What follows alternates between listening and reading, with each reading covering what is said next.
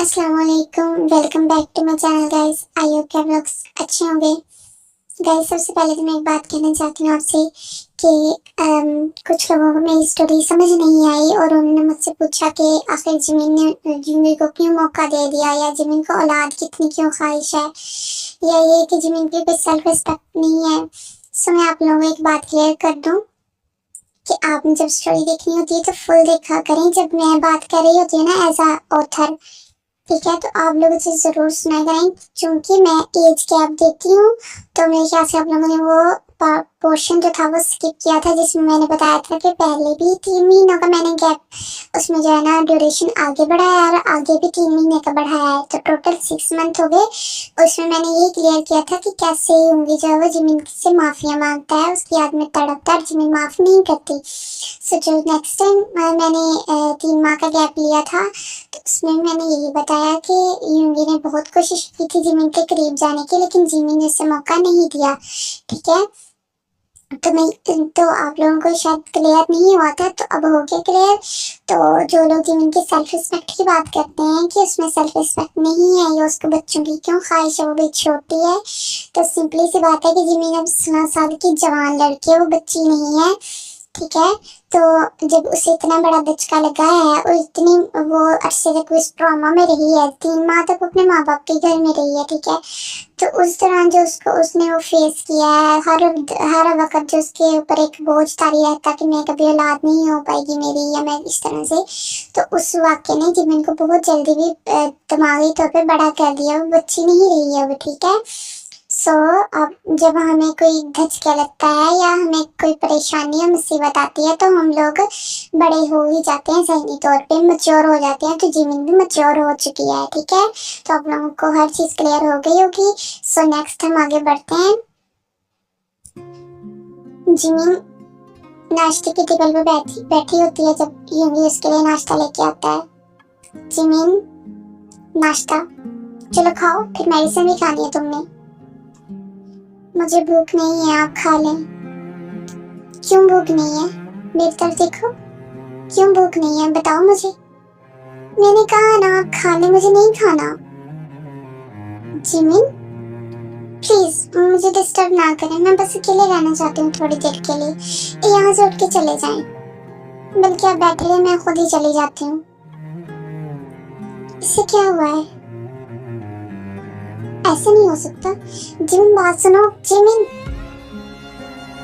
लेकिन जिमिन वहां से उठ के अपने रूम में चली जाती है। यूंगी से डिस्टर्ब नहीं करता, क्योंकि वो जानता है कि जिमिन बहुत ज़्यादा डिस्टर्ब है ज़हनी तौर पे। तो यूंगी लैपटॉप लेके अपना काम करने लगता है। अदर साइड, ताए, बेबी का फीडर कहाँ है? वो कब से रो रहा है, तुम क्या कर रही हो? जेके आप देख नहीं रहे, मैं इतनी बिजी हूँ, मेरी तबीयत भी ठीक नहीं है। क्या कर रही हो तुम? मैं खाना बना रही हूँ, आज आपने कहा था आपके मेहमान आ रहे हैं, तो बेबी को फीडर नहीं देना? वो कब से रो रहा है, तो आप देखिए ना। अब मैं दो तरफ कैसे हो जाऊँ? अच्छा ठीक है, करो तुम अपना काम, ढूंढ लेता हूँ मैं। क्या हो गया तुम दोनों को, क्यों शोर मचा रहे हो? जब से बेबी आया तुम दोनों की तो लड़ाई खत्म नहीं होती। मामा मैं यहाँ पे मसरूफ हूँ। ठीक है, मैं अब बेबी को देखूँ या मैं किचन में देखूँ? इतनी गर्मी में मैं खाना बना रही हूँ और ऊपर से मुझे बातें सुनाई जा रही हैं। ताए, मैंने कौन सी तुम्हें बातें सुनाई है यार? अच्छा ठीक है ना, प्लीज आप कर लें काम। मैं कर रही हूँ ना, आप देख लेना, फीडर यहीं की होगा, वो देखिए स्टैंड में पड़ा हुआ सामने। देखो तुम दोनों चुप कर जाओ। जेके फीडर दो मुझे, मैं खुद दे देती हूँ बेबी को दूध। तुम दोनों की लड़ाई खत्म नहीं होती, हर वक्त लड़ाई लड़ाई लड़ाई। इतनी क्या हो गया, मेरे घर को नजर ही लग गई है। इसके साथ ही जिन बेबी का फीडर बनाकर वहां से चली जाती है। जेके भी ताए की तरफ देखता है और चला जाता है वहां से। ताए मेंटली तौर पे काफी ज्यादा डिस्टर्ब थी। बेबी के बाद उसकी तबीयत काफी जो है वो खराब रहती है, मेडिसिन खाती है, जिसकी वजह से उसको हर वक्त उसकी तबीयत जो है तो चिड़चिड़ी सी रहती है। दूसरी तरफ उसे अपनी बहन का भी बहुत ज्यादा दुख होता है कि उसकी मतलब औलाद हो जाए या किस तरह से जिमिन ठीक हो जाए, क्योंकि जिमिन बहुत कम ही बात करती है फोन पे किसी से, सिर्फ अपनी मामा से ही बात करती थी, तो इस वजह से ताए मतलब डिस्टर्ब भी रहती है। हेलो भाई। हाँ जेके कैसे हो? ठीक हूँ भाई, आप सुनाए? जिमिन कैसी है? हाँ ठीक है, शुक्र है अल्लाह का, अब वो बेहतर हो रही है। भाई कब वापस आए आप? क्यों, क्या हुआ है? भाई ताई ने मेरा दिमाग खराब करके रख दिया, हर वक्त लड़ती रहती है मुझसे, पता नहीं किस चीज का मुझ पे वो गुस्सा निकालती रहती है। मम्मा से भी तो एक दो दफा लड़ चुकी है। आप प्लीज जल्दी से जमीन को ठीक करके वापस लाएं ताकि ताई ठीक हो जाए। मुझे अपने घर का माहौल बिल्कुल ठीक चाहिए भाई। अच्छा, फिक्र ना करो, जमीन अभी जमीन का प्रोसेस चल रहा है, थोड़ा सा टाइम है, तुम ताई को बर्दाश्त करो और उसका ख्याल रखो, ठीक है? वो थोड़ा सा जो है ना, उसके साथ काम खुद करवाया करो। बेबी है, उसके पास सारा घर का इतना बड़ा काम है, तुम्हारी मीटिंग्स हैं, फिर मैं समझता हूँ कि तुम्हें मेरी वजह से दोहरा काम करना पड़ता है। तो ऐसा करो, तुम ना कोई मेड रख लो घर में। भाई रखी हुई है मेड्स, ताई को मेड का काम ही पसंद नहीं आता, दो दफा मेड्स को निकाल चुकी है। मैं कौन सी मेड को ले आऊं? किसी के हाथ का खाना उसे पसंद नहीं आ रहा है, किसी के हाथ की सफाई पसंद नहीं आ रही। मैं तो हैरान हूँ, पता नहीं क्या हो गया ताई को। मैं समझता हूँ अपनी बहन की वजह से दुखी है। तुम कोशिश करो कि तुम ना उसके साथ थोड़ा सा किया करो, उसकी हेल्प करवाया करो, उसे खुश रखा करो, थोड़ा सा तो घुमाने फिराने ले जाओ, अच्छी गजा खिलाओ ताकि वो ठीक हो। भाई कर तो रहा हूँ कोशिश मैं। अच्छा ठीक है, तो फिक्र ना करो, मैं कोशिश करूंगा। ठीक है बाय, फिर अपना ख्याल रखिए। ओके बाय, अल्लाह हाफिज, बाय। क्या करूँ मैं अब? जमीन का चल तो रहा है प्रोसीजर अब। ओह माय गॉड, प्लीज जमीन को जल्दी से ठीक कर दें। पता नहीं वो मुझे कब माफ करेगी। कितना अरसा हो गया मैंने उसे प्यार से छू कर भी नहीं देखा। मुझे अपने पास भी नहीं आने देती। कैसे हैंडल करूं उसे? कभी जज्बाती होकर खुद ही गले लग जाती है, कभी इतना दूर चली जाती है कि मुझे लगता है कि मैं उसके सामने कुछ भी नहीं हूँ। काश मैं वो गलती कभी ना करता। काश काश मैं थोड़ा अक्ल से काम ले लेता। जिमिन मुझे माफ कर दो ना। बहुत दूर रह लिया तुमसे, बहुत बर्दाश्त नहीं होता मुझसे। Time skip. जिमिन अपने कमरे में बैठी बिल्कुल चुप खामोश बैठी होती है जब उसकी मामा का मैसेज आता है। जिमिन बेटा, आपकी कॉलेज की फ्रेंड्स आई थी, वो आपसे बात करना चाहती है, उन्होंने मुझसे आपका नंबर लिया है, तो अगर उनका फोन वगैरह आए तो उनसे बात कर लेना, ठीक है? मेरा नहीं दिल करता किसी से बात करने को अब। ये आज जिमिन ऐसे खुद से बातें करती है। Time skip. ताए, ये क्या खाना बनाया तुमने? कैसा बना है? ना नमक है ना मिर्च है, ये कैसा खाना है? फजूल किस्म का तुमने खाना बनाया है, सारे दोस्तों मेरी इतनी इंसल्ट हुई है, तो आप बना लेते ना उठ के खुद। मुझ पे क्यों ऑर्डर लगा रहे? मैंने जैसा बनाया, मेरी सेहत तबीयत ठीक नहीं थी, मैंने फिर भी बनाया उठ के खाना। ताए आराम से, जंकुक आराम से, कुछ नहीं हुआ। इट्स ओके, खाना ही था बाबा, खाना नहीं था। मेरी सारी इमेज उनके सामने कितनी खराब हुई होगी कि मैं उनको अच्छा खाना भी ना दे सका। मैंने उनके चेहरे अजीब से हो रहे थे खाते वक्त। अच्छा ठीक है, रिलैक्स, कुछ भी नहीं हुआ, हाइपर ना हो तुम। देख लीजिए ताई की तबीयत, मैं ताई की तबीयत को क्या करूं बाबा, हर वक्त लड़ती है मुझे, हर वक्त। सिर्फ इसको जिमिन की परवाह है, बस जिमिन जिमिन जिमिन जिमिन। मैं जिसको कुछ लगता नहीं हूँ, वो जिसको इसने पैदा किया, वो छोटा सा बच्चा, वो उसको कुछ नहीं लगता, आप कुछ नहीं लगते, मम्मा कुछ नहीं लगती, हम लगती नहीं है इसको कुछ, सिर्फ इसकी बहन ही लगे इसकी जिंदगी में। मेरी बात सुने जंकुक, मैं खामोश हूँ तो इसका मतलब ये नहीं है कि आप मेरे सर पे चढ़ के नाचे। ताए, जुबान को लगाम दो अपनी, नहीं दूंगी लगाम जुबान को। क्या कर लेंगे? मैं बर्दाश्त कर रही हूँ, आप नहीं कर सकते बर्दाश्त। इसके साथ ही जंकुक अपना टेम्पर लूज करते हुए ताई को एक जोरदार थप्पड़ मार देता है, जिसकी वजह से ताई सामने फर्श पर जाकर गिरती है। जंकुक, ये क्या किया तुमने? वो बीवी है तुम्हारी, शर्म करो कुछ। बीवी है? जुबान देखी है उसकी आपने मामा? मैं उसे प्यार से रख रहा हूँ, मैं उसकी सारी हेल्प करवाने की कोशिश करता हूँ, फिर भी मेरे सर पे चढ़ती है। जंकुक, दफा हो जाए यहाँ से, मुझे नजर ना हो तुम। ताए प्लीज बेटा उठो। देखो तुम उसकी बात का बुरा नहीं मनाना, वो अब भी बुरा नहीं मनाना मामा, अब भी बुरा ना मानो मैं उनकी बात का। मैं कब से बियर कर रही हूँ, मेरी तबीयत इतनी खराब रहती है, इसके बावजूद भी मैं सारा कुछ बर्दाश्त करती हूँ मामा। मैं इंसान नहीं हूँ, मैं नहीं हूँ इंसान, मुझे मेरी बहन का दुख नहीं है। मैंने जो उस बेबी के लिए इतनी दर्द बर्दाश्त की, उसको मैंने पैदा किया, उसको संभाल रही हूँ, इतना बड़ा घर संभाल रही हूँ, इसके बावजूद भी मेरे बेबी पर नुक्स निकालते रहते हैं, इसके बावजूद भी गुस्सा करते रहते हैं। मेरी कोई सेल्फ रिस्पेक्ट नहीं है मामा, कि मैं इंसान नहीं हूँ। मुझे पता था मेरे साथ ऐसा ही होगा, मुझे पता था ना तो मेरी इस घर में कोई इज्जत होगी ना मेरी बहन की होगी। बेबी आ गया ना, अब इनको बेबी मिल गया है ना, अब मेरी कोई कदर नहीं है इन्हें, मैं जानती हूँ। ताए प्लीज मेरी जान, मेरे तो देखो मामा प्लीज, मुझे किसी से कोई बात नहीं करनी, प्लीज मुझे अकेला छोड़ दे। इसके साथ ही ताए उठ के रोते हुए दूसरे कमरे में जाकर दरवाजा बंद कर लेती है। पीछे आरम और जिन बहुत ही परेशानी के हाल में खड़े होते हैं। देखिए आपके अपने बेटे का रवैया दिन ब दिन किस तरह से वो ताए पे हार्ड होते जा रहा है। देखो मैं समझ रहा हूँ, लेकिन हमें भी समझना चाहिए, ताए भी बहुत रूडली बात करती है। तुमने भी एक दो दफा उसे समझाने की कोशिश की तो तुम्हारे साथ भी बहुत रूड हुई है, तो वो रूड ना हो। मुझे बताएं वो इस घर में कैसे वो सरवाइव कर रही है। मैं जानती हूँ, एक औरत होने के नाते मैंने भी वो सब कुछ बर्दाश्त किया जो ताए कर रही है। वो ताए फिजिकली मेंटली इतनी मजबूत नहीं है, वो इतनी सख्तियों की आदी नहीं है। इन दोनों बहनों को इनके माँ बाप ने परियों की तरह, शहजादियों की तरह पाला है। अब इतनी जिम्मेदारी अगर उस लड़के पे आ गई है, अकेली उसके कंधों पे इतनी जिम्मेदारी होगी, तो वो क्या वो इतना भी अकेली रखते को बोल सके।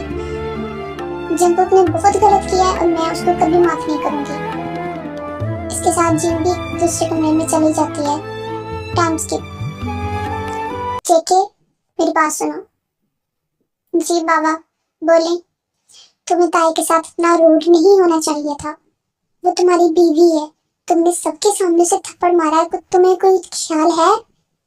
बाबा मेरी जो इंसल्ट हुई है, आप फर्ज करें आपके कोई मेहमान आए हो, ठीक है, आप उनके सामने खाना रखते हैं, उनकी इज्जत करते हैं, लेकिन खाना ही अच्छा नहीं होता, वो लोग खा नहीं पा रहे उसको, ठीक है, उनका चेहरे से नजर आ रहा है कि उनको खाना नहीं पसंद, आपकी क्या इज्जत बनेगी, क्या इमेज बनेगा?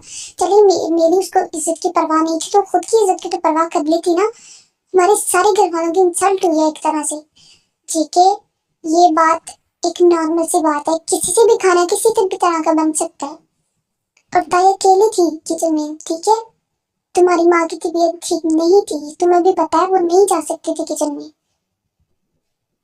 तो बाबा मैं क्या करूं? मैंने मीट हायर करने की कोशिश की, मैंने कई दफा कुक को भी बुलाया, शेफ रखे मैंने, लेकिन उस ताई के नाक के नीचे कोई नहीं आता। देखो जंगकुक बात सही है, ताई बहुत ज्यादा डिस्टर्ब है, तुम्हें ख्याल रखना चाहिए उसका। यूगी ने भी तुम्हें ये बात समझाई थी कि ताई का ख्याल रखो, ना कि तुम उस पर बोझ डालो। और तुमने आज जो हरकत की है ना, वो बहुत बुरी हरकत है ना। मेरी तरबियत ऐसी है क्या? बड़ा बेटा भी वैसा निकला है, तुम भी वैसे निकल आए हो। कम से कम मुझे तुमसे तो ये उम्मीद नहीं थी। चलो यूंगी तो सुनता ही नहीं था ना मेरी, उसने तो जो करना था कर लिया जिम के साथ। क्या तुम भी ताई के साथ यही करोगे? बाबा गलती हो गई है मुझसे, नहीं हाथ उठाना चाहिए था मुझे। तुम्हें पता भी है वो कितनी तकलीफ में है, डॉक्टर ने कितना मना किया वो ज्यादा काम नहीं करने, ज्यादा वजनी चीजें नहीं उठानी, और फिर भी सारा दिन तुम्हारी खातिर काम करती है, तुम्हारी बेबी को पालती है वो। तुम्हें तो अपने बिजनेस से फुर्सत नहीं है। तुम अपनी बिजनेस से थोड़ा सा टाइम निकालो, अपनी बीवी को टाइम दो, उसके साथ टाइम शेयर करो। वो इसी वजह से ज्यादातर डिस्टर्ब रहती है कि तुम्हारा टाइम नहीं मिलता उसे। सुबह नाश्ता करते हो निकल जाते हो, रात को 10 से 11 बजे तुम घर आते हो, आते तुम सो जाते हो। बीवी को टाइम दिया तुमने? संडे वाले दिन भी तुम लैपटॉप लेके सारा दिन बैठे होते हो। वो क्या करे? किस लिए है उस घर में? खिदमती करने के लिए। बाबा मैं क्या करूं मुझे बताएं, भाई का कारोबार मैं संभाल रहा।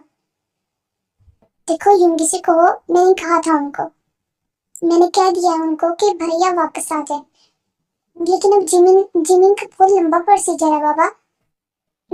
अब क्या करें, मुझे तो खुद समझ नहीं आ रही इसको हैंडल कैसे करूं। एक तरफ मेरा अपना बिजनेस है, एक तरफ तुम्हारा, एक तरफ यूंगी का। तुम दोनों कोई कोई काबिल एतमाद बंदा ढूंढ लो बाबा। आपको पता है भाई के जो नुकसान हुए हैं वो काबिल एतमाद बंदों ने ही किए थे, ठीक है। और वो सारे के सारे बंदे मेरी अपनी चॉइस से थे, तो मैं क्या करूं, लोग धोखा दे जाते। इतना भाई का नुकसान हुआ था, आपको पता है कितना नुकसान हुआ था? कितना हुआ था?